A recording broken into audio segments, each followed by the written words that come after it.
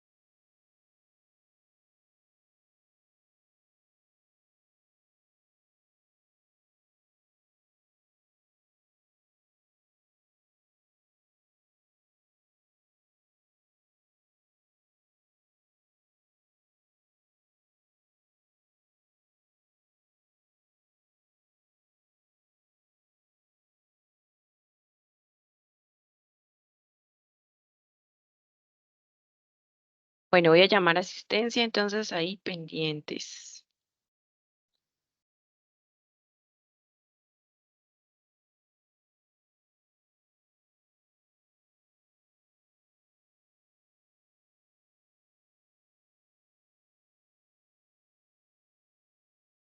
Nayibe Viviana Archuri.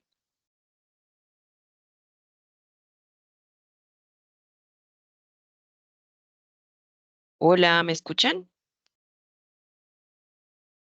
Sí, señora. Sí, Sí, profe, yo le Sí, escucho. señora. Listo. Viviana Buenos días, profe. Archuri. Listo. Dayana Avellaneda.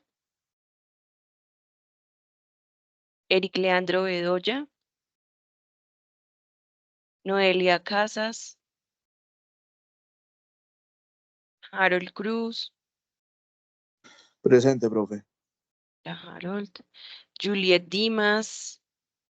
Danis Joana Escobar. Alejandra Estefanía Gil. Nicole Hernández. Juan Hernández. Diana Milena Ladino.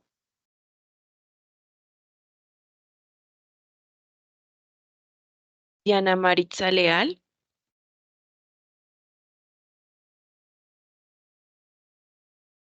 Sandra Milena León.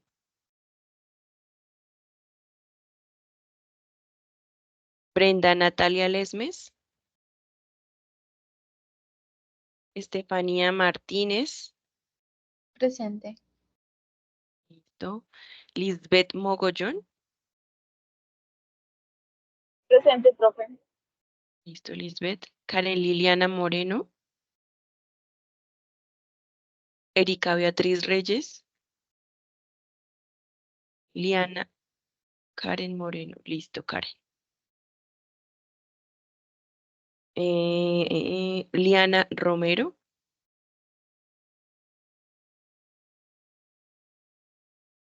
Mayerly Mogollón. Listo, Mayerly. Y por aquí.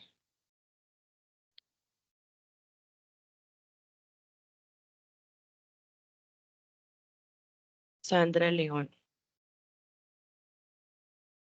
León.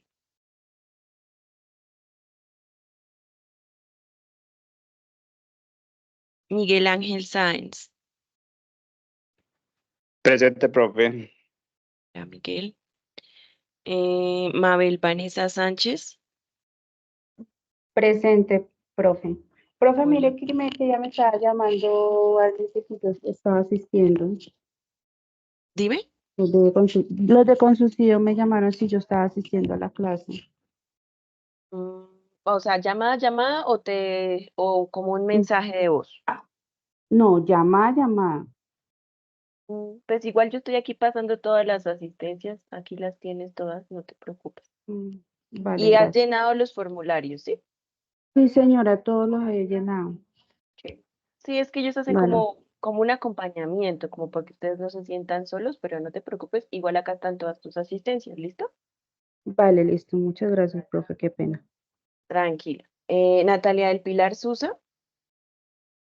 Presente, profe, buenos días. Natalia y Evelyn Juliana Vergara.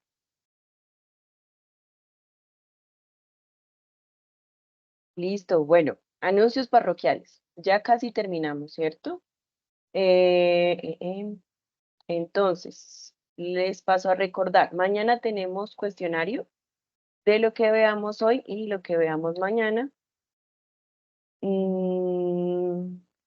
Mira acá el calendario.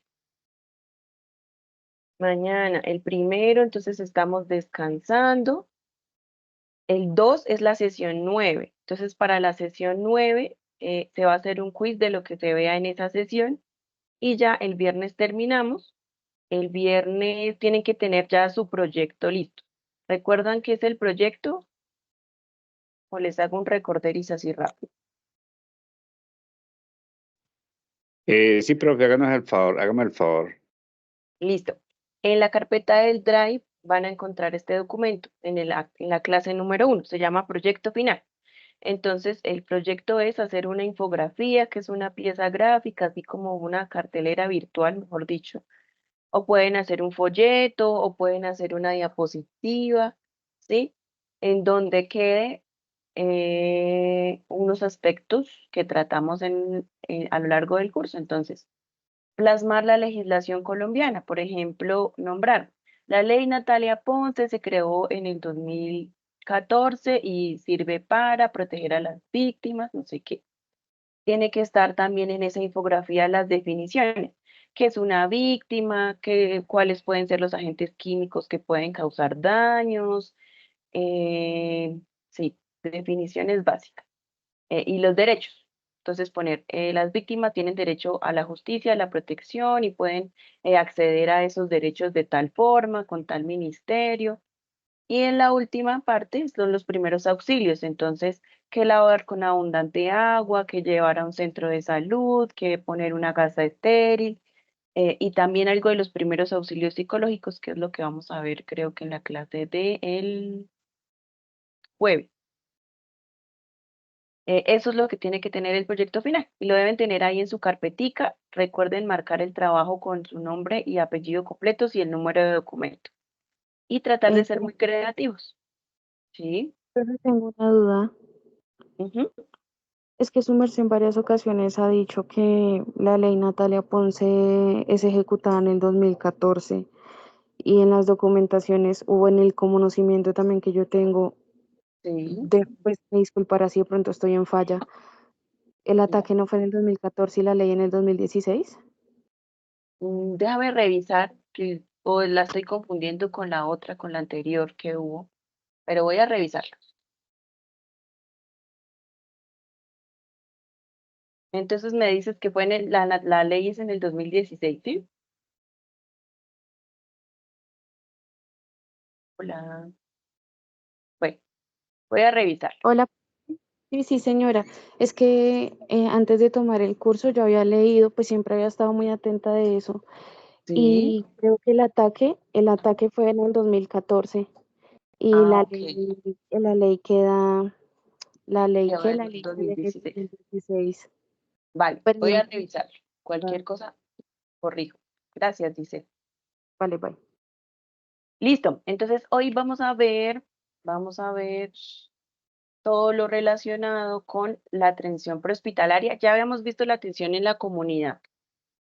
Vamos a ver la atención prehospitalaria, que es como el personal de salud que llega a atender ahí a la víctima directamente, si la víctima pronto no fue llevada a un centro de salud por una persona del común, sino fue llevada por una ambulancia. Entonces, ese personal de la atención prehospitalaria, ¿qué debe hacer? Y vamos a ver la atención en urgencias. Mañana ya vamos a ver toda la atención en la unidad de quemados y el reporte del sistema de vigilancia. Si voy muy rápido, porfa, o tienen algunas preguntas, las van dejando en el chat y yo voy contestando, ¿listo? O para el final de la clase. Súper importante esto que quizás se me olvidó recordarles, entonces siempre, en cuanto a la atención a la comunidad, es importante dar aviso. Si nosotros somos de pronto las personas que nos damos cuenta del ataque, el aviso es obligatorio, ¿sí? Porque es un deber legal y constitucional de todas las personas actuar con solidaridad y colaborar con el buen funcionamiento de la administración de la justicia. Siempre se tiene que dar aviso.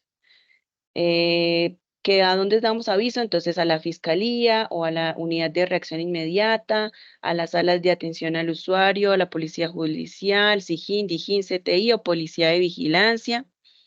¿Cómo se da ese aviso? Se puede dar un aviso verbal, escrito o personal, dependiendo pues de donde yo esté, ¿no? Porque si estoy de pronto en una vereda alejada, pues va a ser difícil hacer como llegar escrito y llevar a la fiscalía o a estas unidades, porque por lo general no se encuentran en la parte rural, pero sí está la policía, siempre tiene que haber la policía. Em, Súper importante tratar de identificar a la víctima, de pronto si la conocemos, identificar a la víctima y dar aviso con estos datos a la institución de donde vamos a hacer el reporte. Todas estas, ¿por qué se tiene que dar un aviso inmediato? ¿Por qué? Porque todas las conductas relacionadas con delitos de violencia contra la mujer se tienen que avisar según la ley 1542. También porque cualquier daño en el cuerpo o la salud física o mental que puede ocasionar a una persona que ingrese a una institución de salud tiene que ser notificado según la ley 906 del 2004. Cuando hay casos de lesiones corporales causadas por ácidos o una sustancia similar corrosiva, tiene que también hacerse esa notificación. Y si la víctima es un niño, también está cobijado bajo la ley que tiene que informarse a las instituciones. Atención prehospitalaria. Entonces, ¿qué van a hacer el personal de las ambulancias cuando llegan al lugar donde está la víctima? Primero, hacer una evaluación inicial rápida del paciente, priorizando lesiones que amenazan la vida. ¿Cuáles son esas lesiones donde esté afectando o atacando algún órgano vital? Si de pronto el ácido entró en contacto con la vía respiratoria, eso es una lesión que puede amenazar la vida. Si entró en contacto con el tórax y logró penetrar de pronto muy profundamente la piel, eso es una lesión que puede amenazar con la vida. Si atacó los ojos, entonces lo primero que hace el personal es evaluar dónde fue el ataque, dónde causó el mayor daño, ¿sí? Y ya prioriza, dependiendo del lugar de la lesión, el actuar. Se tiene que buscar una fuente de agua potable, que ya lo habíamos hablado, para lavar la quemadura. Se tiene que mover a la víctima del lugar donde fue atacada, donde esté un lugar limpio, que no vaya a volver a tener contacto con el ácido, con el agente químico. Se tiene que identificar y tranquilizar a la víctima. Yo soy Angélica, yo soy enfermera, yo la voy a tratar, la voy a acompañar y tratar de tranquilizar a la víctima. Nosotros como personal de salud tenemos que estar preparados para esas reacciones emocionales, tomar precauciones para protegerse a uno mismo. Entonces uno tiene que tener sus elementos de protección personal siempre para atender este caso y cualquier otro caso. Secar las áreas afectadas si es posible, evitando de esparcir el químico. Debemos secar a toques, retirar la ropa contaminada, y esta ropa se va a guardar para el análisis forense de ser necesario. Entonces no es como retirar la ropa y dejarla ahí, sino llevarla en una bolsa, en un contenedor, porque esto pues va a ser también a facilitar el acceso a la víctima a la justicia. Se tiene que lavar con abundante agua las áreas afectadas, 20 a 30 minutos, ya lo habíamos dicho, aplicando jabón, pero entonces es un jabón especial, que es un jabón quirúrgico. Priorizar el lavado de los ojos si están comprometidos, si el ataque fue en el rostro y el cuello, que es la mayoría, donde las partes del cuerpo que son afectadas. Súper importante lavar con abundante agua los ojos. Cubrir a la víctima una vez finalizado el lavado. ¿Por qué? Porque eso es privacidad de la víctima, pero también nos va a facilitar o a evitar que la persona entre en hipotermia y pues esto llegue a alterar el resto de signos vitales. Y transportar a la víctima al lugar más cercano para recibir la atención médica especializada dentro de lo posible, si es quemaduras, o a la atención o al lugar donde haya urgencias. Súper importante entonces, ¿cómo prevenimos nosotros, el personal de salud? Usando el equipo de protección personal, al almacenamiento adecuado de las sustancias químicas. En el momento tenemos que estar en contacto con ellas y estar capacitados en la seguridad. Listo, ya llegó nuestro paciente a urgencias de la ambulancia, está trasladado. La atención en urgencias implica un cierto número de acciones que se dan en forma simultánea. Entonces, vamos a ver en algunos pasos en algunas situaciones que va a ser paso por paso, pero por lo general se va a tratar que sea todo al mismo tiempo. Por esto tiene que haber un equipo especializado en el servicio de urgencias para atender a la víctima, ¿sí? Entonces, la víctima de ataque con agente químico debe ser clasificado como máxima prioridad. Ya habíamos hablado del triage en urgencias, ¿sí? ¿Me recuerdan? De esta clasificación. Sí, creo que sí, ¿cierto? Buenas. Sí, profe. Decías que se clasificaba según como la emergencia que haya, si era vital o no era vital, dependiendo cómo llegara a urgencia la persona. Asimismo se da el estrés. Listo. Entonces, sí. Entonces, en la clasificación en urgencias, los triage, y dependiendo de qué tan, si es cualquier otra persona, se hace esa clasificación dependiendo si es vital. Para las víctimas de ataque con agente químico, siempre va a ser vital, va a ser prioritario. Entonces, la víctima siempre va a ser tratada como un triage 1. ¿Qué quiere decir eso? que hay un equipo especializado en urgencias que apenas se activa ese triage, tiene que comenzar toda la atención del paciente y no se debe demorar nada la atención. Al llegar a urgencias, toda víctima de agresión por químicos se tiene que evaluar rápidamente siguiendo una secuencia de ABCD. Entonces, esta secuencia es, cada letra de esta significa una forma que vamos a evaluar en una forma, un aspecto de la salud del paciente que vamos a evaluar. Entonces, la A corresponde a airway, que es la vía aérea, ¿sí? Toda la parte respiratoria. Breathing, que son las respiraciones. Circulation, pues la circulación. Disability es mirar otro tipo de pronto de daño neurológico o si la parte mental, la orientación, el estado de conciencia de la persona. Y la E, que habla sobre exposure, que es la exposición, habla ya sobre la hipotermia. Entonces, comencemos. En la letra A de vía aérea, entonces tenemos que revisar si esta víctima ha sufrido una lesión en la vía aérea por causa de una amenaza vital, aunque rara vez se presentan en ataques con químicos que esté afectada esta parte. Puede pasar si el agente fue un aerosol o si fue un polvo industrial o un fertilizante como el amonio anhídrico. Cuando sospechamos que la persona tiene la vía aérea afectada. Si hay quemaduras en la cara y en el cuello, porque eso quiere decir que en algún momento pudo entrar en contacto con la nariz o con la boca y eso llegar a la vía respiratoria. Si hay un edema orofaringeo, si el médico al revisar la orofaringe, es decir, la garganta, ve que está inflamada o está roja. Si la víctima presenta una ronquera al hablar, si la víctima presenta un estridor, que es un ruido que se escucha en la parte aquí de la vía aérea superior cuando la víctima habla, o tos. Siempre se debe observar a la víctima con quemadura porque en cualquier momento se puede producir una obstrucción de la vía aérea. Es decir, puede llegar la víctima y en el momento no la presentó, pero esta obstrucción de la vía aérea puede presentarse dentro de las primeras 48 horas, entonces es súper importante estar vigilando esa parte de la víctima. Además, que puede tener un deterioro progresivo. Si la víctima ya vimos que tiene un daño en la vía aérea superior, se tiene que hacer un manejo.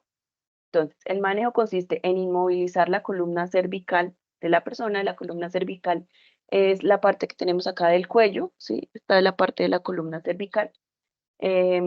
Sospechando que de pronto la persona haya tenido un trauma asociado, se tiene que levantar el mentón de la víctima, ¿sí?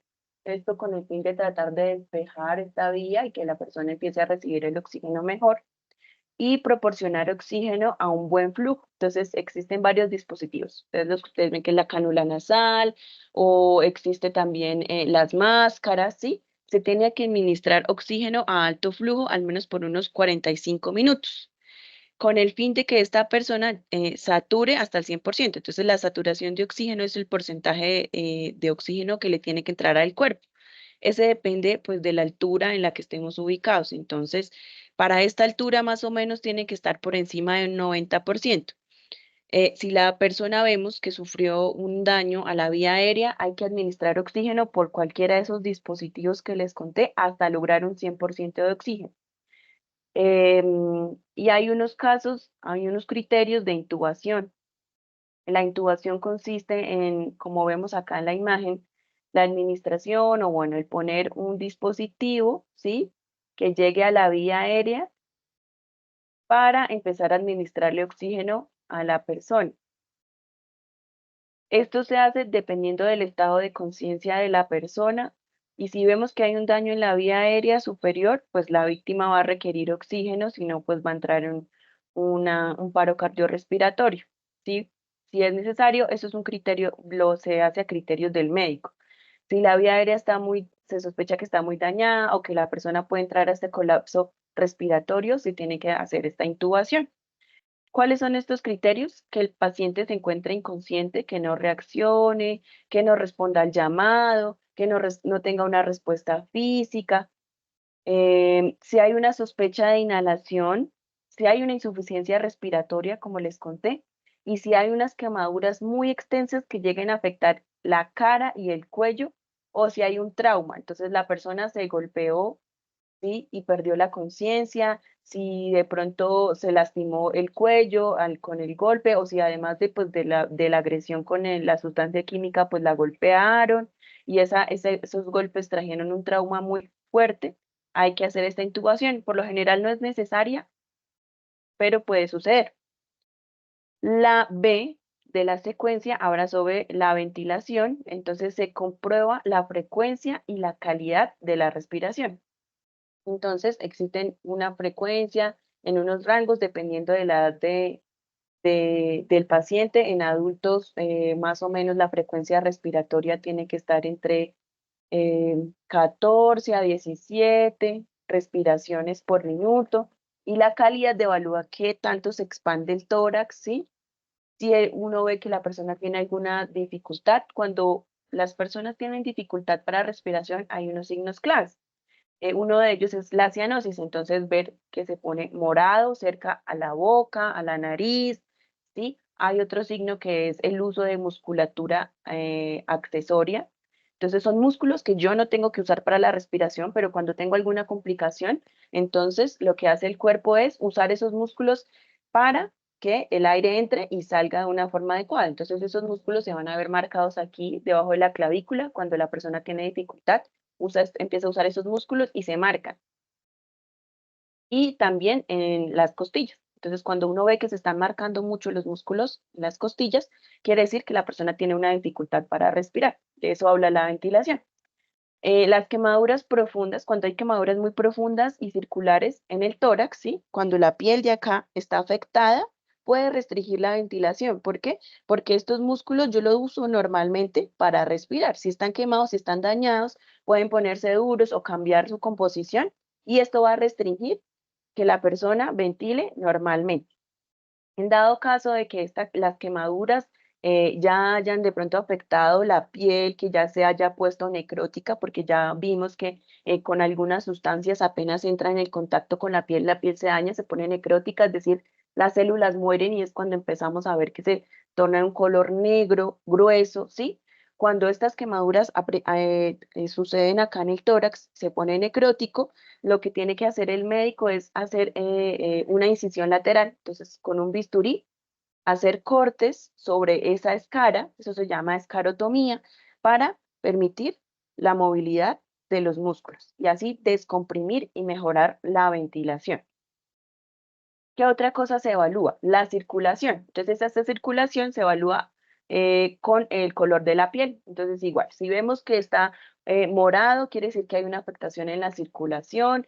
Si vemos que hay pulsos periféricos muy débiles, si vemos que hay un llenado capilar que consiste en oprimir de pronto el dedo, ¿sí? Normalmente ustedes ahí con su dedito oprímanselo.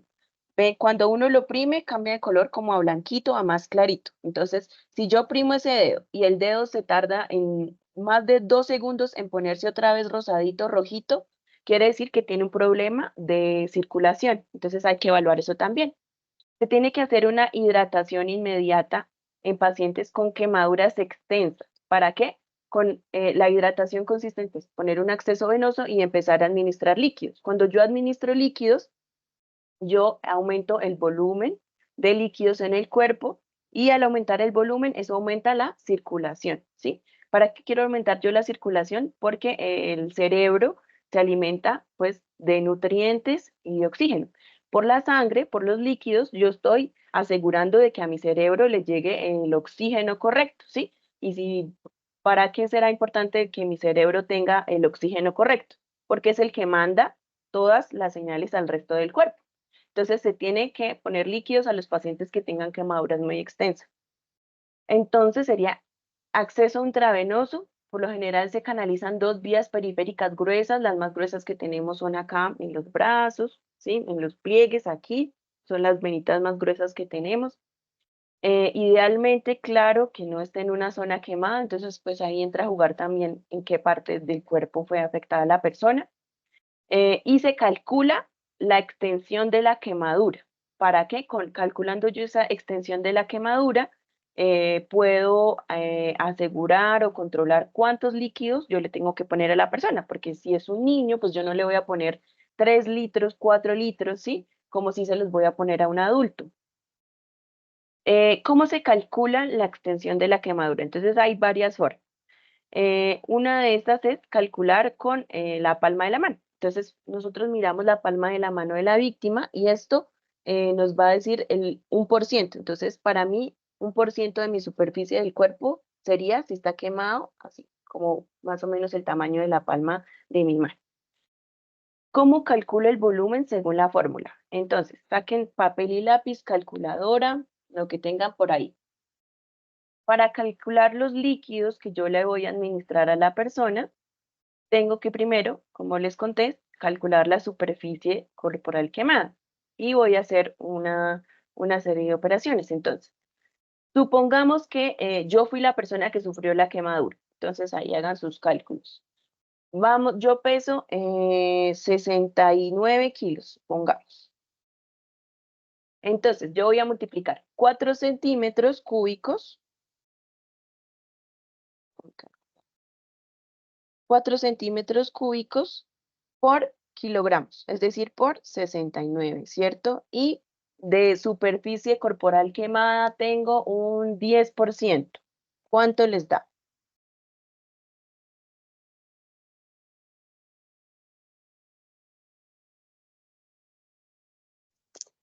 ¿2.760? Entonces, 4 centímetros por 69 por 10. Entonces son 2.760 centímetros cúbicos, ¿sí? O mililitros, los que me tienen que poner a mí de líquido. En total, pero, súper importante, entonces, ¿qué líquidos se usan? Lactato de Ringer. Entonces, dentro de los líquidos que se usan en las instituciones están solución salina, dextrosa y lactato de Ringer, son como los más conocidos. El lactato de Ringer va a aportar electrolitos, va a aportar glucosa, que se pierde también cuando hay una pérdida de integridad de la piel. Por eso se pone lactato de Ringer, ¿sí? Porque la solución salina, digamos, no tiene ningún porcentaje de glucosa. Entonces, importante el lactato de Ringer. 2.760 son los que me vamos a poner, ¿cierto? Centímetros de lactato de Ringer. Pero, entonces, de estas 2.760, la mitad, ¿cuánto sería? Serían 1.300, más o menos. Entonces, esos 1.300, 1.380. ajá, esos 1.380 me los van a poner en las primeras 8 horas. Entonces, esos 1.380 los vamos a dividir ¿en cuánto? Para ponerme en las 8 horas, entonces, en 8, muy bien. Entonces, me tienen que poner 172 centímetros de lactato de Ringer por hora. Y los otros 1.400 casi, la otra mitad, me la van a tener que dividir en las siguientes 16 horas. ¿Listo? Súper importante. Controlar la diuresis. ¿Qué es la diuresis?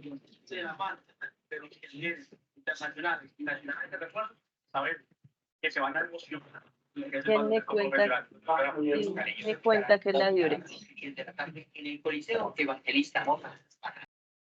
La eliminación, la orina.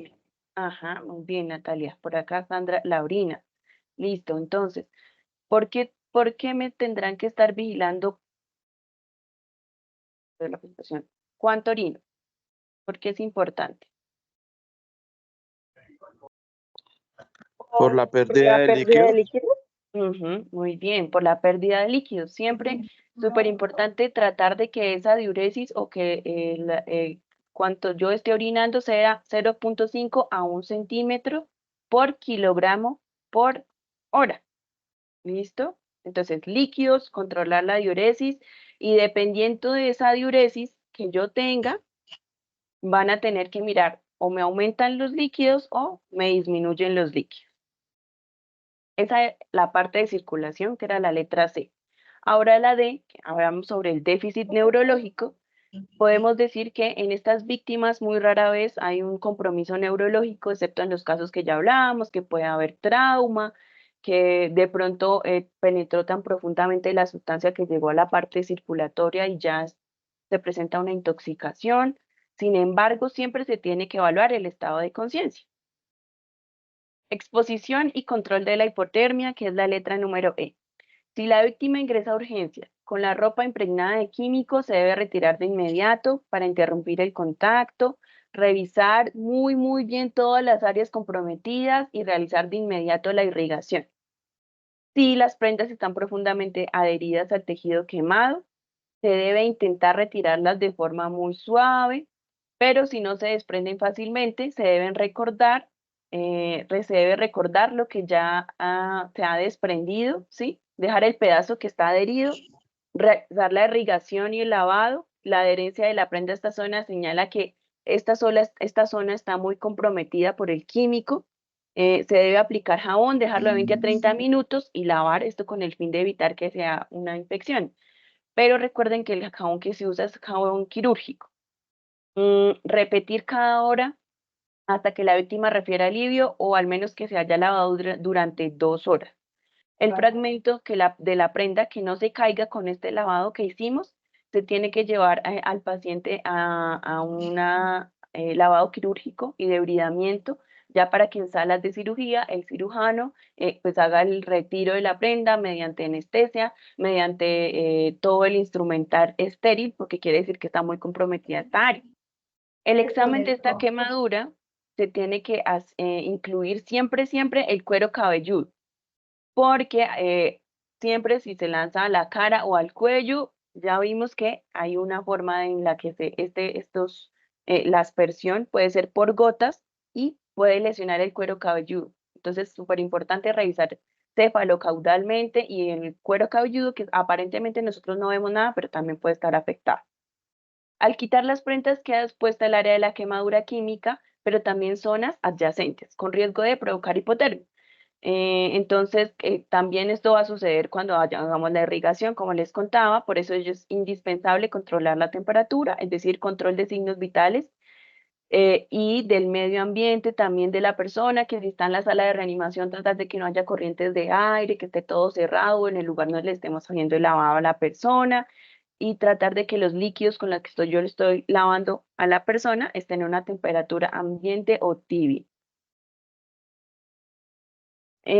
Recorderis entonces, evaluación completa de la víctima, haciendo la valoración cefalocaudal, teniendo en cuenta aspectos A, B, C, D, E que ya vimos, la historia clínica, si tiene algún antecedente la persona, súper importante para comenzar el tratamiento, hacer pruebas de laboratorio, electrolitos, a ver si de pronto se ha perdido electrolitos por las quemaduras, la piel también es el órgano más extenso que tenemos en el cuerpo humano y nos ayuda también a evitar todas esas pérdidas de líquidos, nos ayuda a hacer un control de la temperatura también, a termorregularnos, por eso es importante el manejo de la temperatura.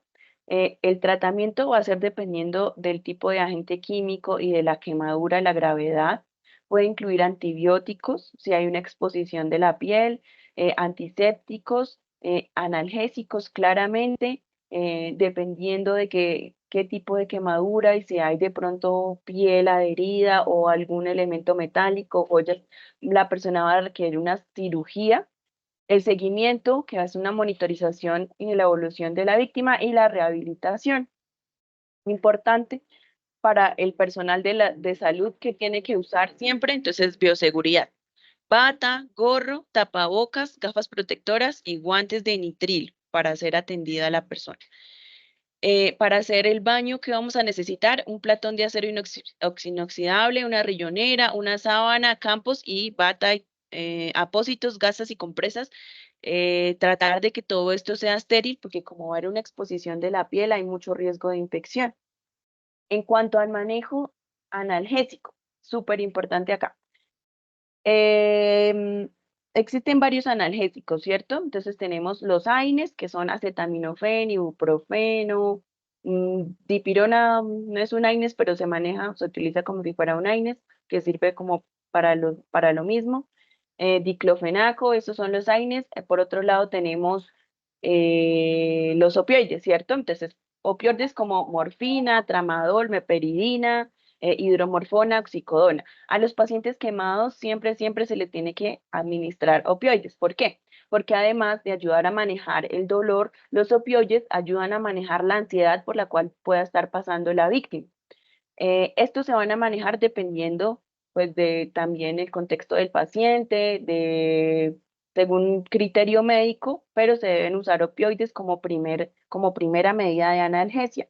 También depende del peso, la dosis. Entonces, la morfina puede ser de 0.05 a 0.1 miligramos por kilogramo, diluido de 4 a 6 horas.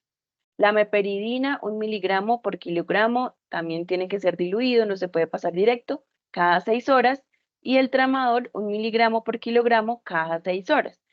Importante el manejo del dolor. Ustedes, no sé si alguna vez se han quemado, que sea un poquito con la estufa o con, no sé, algún dedo, alguna parte del cuerpo. Es muy doloroso, ¿cierto?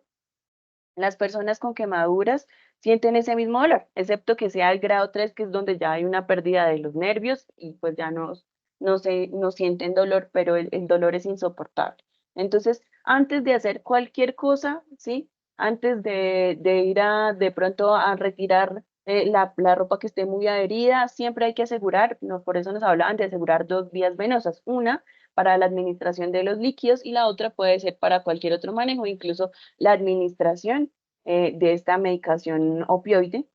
Como analgésico, importante, por lo general, estos opioides no tienen un efecto muy prolongado, entonces hay que seguir evaluando el dolor de la persona, súper atentos del dolor, para ir administrando analgesia según pues la requiera la persona. Acá un flujograma de todo lo que hemos hablado. Entonces, primeros auxilios, ya hablamos de la comunidad, atención prehospitalaria, llegó nuestro paciente al servicio de urgencia. Hacemos la valoración ABCE, aseguramos apoyo psicológico y sociofamiliar. Entonces, como estos pasos los está haciendo un grupo, mientras unos están atendiendo toda esa parte física de la persona, otro grupo tiene que estar hablando con referencia y contrarreferencia para que se ubique a los familiares de la víctima, para también comenzar el acceso a la justicia, para llamar a la psicóloga, a la trabajadora social, para que comiencen con todo el resto de la atención integral de la persona. Canalizar el acceso venoso, verificar que esté permeable este acceso, comenzar con los líquidos, comenzar con la analgesia diluida, tranquilizar y evitar comentarios que revictimicen a la persona. Si la persona puede caminar y moverse por sus propios medios, todos los servicios de urgencias deben contar con una ducha y esta ducha sirve para irrigar con abundante agua las áreas afectadas por 30 minutos. Evitar irrigar las partes que de pronto no fueron afectadas con el fin de evitar la hipotermia. Aplicar jabón quirúrgico, dejar actuar por 20 minutos y después remover con agua sin frotar. Verificar la escala de dolor, como les había dicho, incluso después de administrar la analgesia. Puede ser que la dosis no sea suficiente y la persona necesite un poco más de analgesia o otro tipo de analgesia.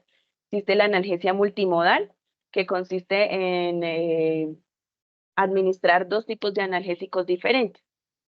Evitar la hipotermia, continuar irrigando de forma intermitente, 30 minutos de agua más 20 minutos de jabón durante 2 horas, ¿sí? Hay unas cintas, en algunos lugares hay unas cintas donde medimos el pH, ya les voy a contar. La idea es que al medir con estas cintas el pH tiene que estar en 7, ¿sí? Cubrir las quemaduras con gasas humedecidas con lactato de Ringer, con el fin de evitar que esta gasa de pronto se pegue y al retirarla vaya a ser muy difícil. Y trasladar el paciente de la unidad de quemados, que es el tema que vamos a ver mañana. Pero también hay unos criterios para trasladar o para no trasladar.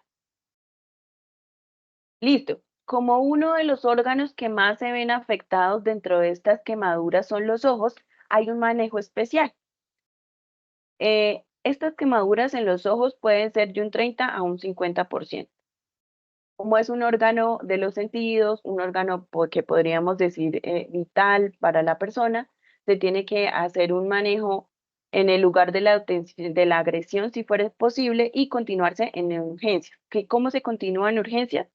Se tiene que hacer una irrigación con lactato de Ringer otra vez por un periodo de 30 minutos y se va a evaluar el pH en la irrigación en caso de que se encuentre con la cinta y medir con la cintica. Entonces, aquí a este lado vemos una imagen de una persona que le está haciendo irrigado. Entonces, lo que se hace es conectar el lactato de Ringer a un equipo de macrogoteo, que son como los mismos equipos con los que nos conectan para canalizarlos. Lo conectamos aquí, lo adherimos a una zona, ojalá que no esté quemada, si se puede adherir, y la idea es irrigar directamente en el ojo con el lactato de Ringer, ¿sí? Al menos 30 minutos. Irrigar, irrigar, irrigar, irrigar, irrigar 30 minutos. Y se tiene que medir el pH. Entonces, estas cinticas son las mismas con las que se mide el pH en la orina. Entonces, si hay un laboratorio de procesamiento clínico en el lugar donde está haciendo urgencias, tiene que haber un laboratorio clínico. Pedimos una de esas cinticas y con esas cinticas evaluamos el pH. ¿Por qué creen que sea importante evaluar el pH?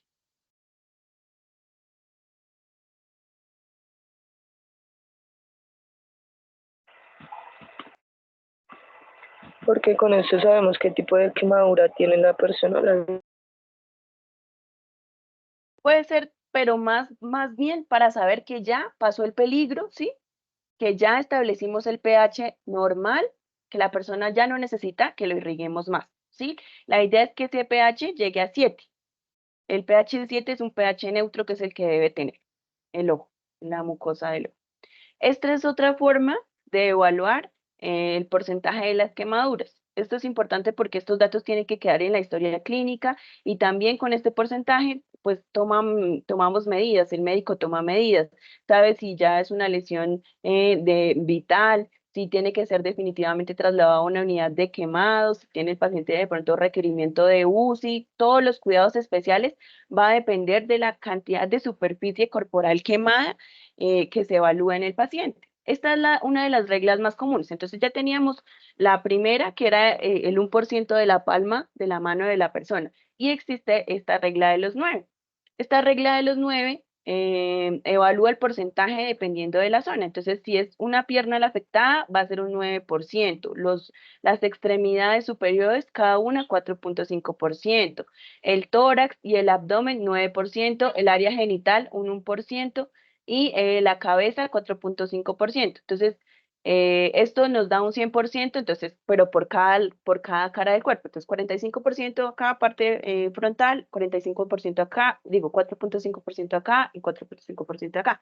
Y eso es para los adultos. Y para los niños, sí, es básicamente el doble, podría decirse. Entonces, 18% cabeza, pues porque está afectado a órganos vitales principalmente, 9% cada extremidad superior, 14% cada extremidad inferior, o la otra regla, que era calcular el 1% dependiendo de la palma de la mano. Esta es la clasificación que también debe quedar en la historia clínica, que ya la vimos. Entonces, primer grado, epidermis, primera capa de la piel, solo hay dolor y hay edema, ¿sí? Enrojecimiento, un poquito de inflamación. Cuando ya hay un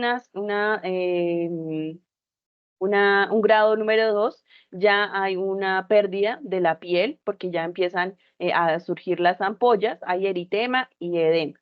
Y la parte número 3, el grado número 3, que es la lesión más profunda, que se puede ver ya un cambio porque ya vemos la parte más profunda de la piel. Vamos a ver blanco o vamos a ver negro y vamos a ver ya una exposición de la grasa que hay debajo de la piel. El patrón que ya habíamos hablado, que es continuo, cuando hay una o varias lesión corporada, pero es una parte grande de la piel en gotas, como puede suceder en el cuero cabelludo, y mixto, que es la combinación de los dos patrones. Criterios para orientar el lugar de tratamiento. Entonces ya hicimos la atención, ya evaluamos a todo el paciente, lo estabilizamos. Ahora, después de la atención de urgencia, se tiene que hacer una continuidad en el tratamiento. Y hay dos opciones, entonces, atención hospitalaria y atención ambulatoria. ¿Cuándo es una atención hospitalaria? Cuando las quemaduras son en cara y cuello. ¿Por qué? Porque vimos que el mayor porcentaje se encuentra en esa área. Manos y pies. porque tiene que tratar una recuperación especializada, pues porque con los pies pues necesarios para movilizarse y las manos para trabajar, para todo necesitamos las manos. Los genitales también son una zona de la cual se tiene un cuidado especial. Signos de toxicidad sistémica, como les contaba, cuando penetró tanto la sustancia que encalzó la circulación y la persona ya presenta una intoxicación. Cuando hay compromiso de la vía aérea, es decir, las quemaduras profundas en cara, en cuello, en el tórax, cuando hay quemaduras de espesor parcial profundo o espesor parcial total, es decir, las quemaduras grado 2 y grado 3 se tienen que hospitalizar. Cuando la quemadura tiene un patrón continuo, es decir, abarca una superficie corporal amplia. Cuando la persona tiene una edad en extremos de la vida, es decir, niños y adultos mayores, porque son más frágiles. Cuando la persona tiene algún tipo de comorbilidad, que sufre de la tensión, que sufre de la diabetes, que es un paciente que tiene enfermedad renal crónica, incluso los pacientes que tienen una enfermedad mental de base, porque la quemadura o esta agresión puede afectar o exacerbar toda su enfermedad mental. Y cuando la persona tiene un riesgo de una nueva agresión, es decir, que está de pronto en libertad del agresor, que todavía no lo han capturado, que la persona tiene riesgo de sufrir otra vez la agresión, tiene que permanecer hospitalizada. Y los criterios de darle salida o de manejo ambulatorio al paciente son cuando la quemadura tiene un patrón de salpicadura o gotas, que son goticas dispersas y que no tienen una gran extensión en la piel. Cuando hay una quemadura grado 1 o grado 2, pero eso también depende de qué tan extensa sea. Cuando no hay un compromiso de las vías aéreas o esas vías o esas partes del cuerpo que ya hablamos, y cuando definitivamente no hay un compromiso de la vía aérea. Listo. ¿Hasta ahí alguna pregunta? No, profe. Bueno, listo. Mañana vamos a ver ya la parte del reporte a Civigila, que eso se tiene que hacer desde urgencias. Y vamos ya a ver la atención en la unidad de quemados, cómo es el manejo ahí, el manejo en hospitalización, qué más derechos tiene la víctima de adquirir servicios en esos lados. Y hacemos el quiz, hacemos un repaso chiquito y hacemos el quiz.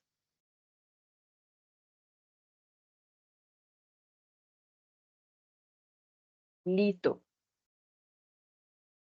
Muchas gracias a todos. Les dejo de nuevo por acá el link. Profe, ¿usted me podría por favor poner en la lista de asistencia?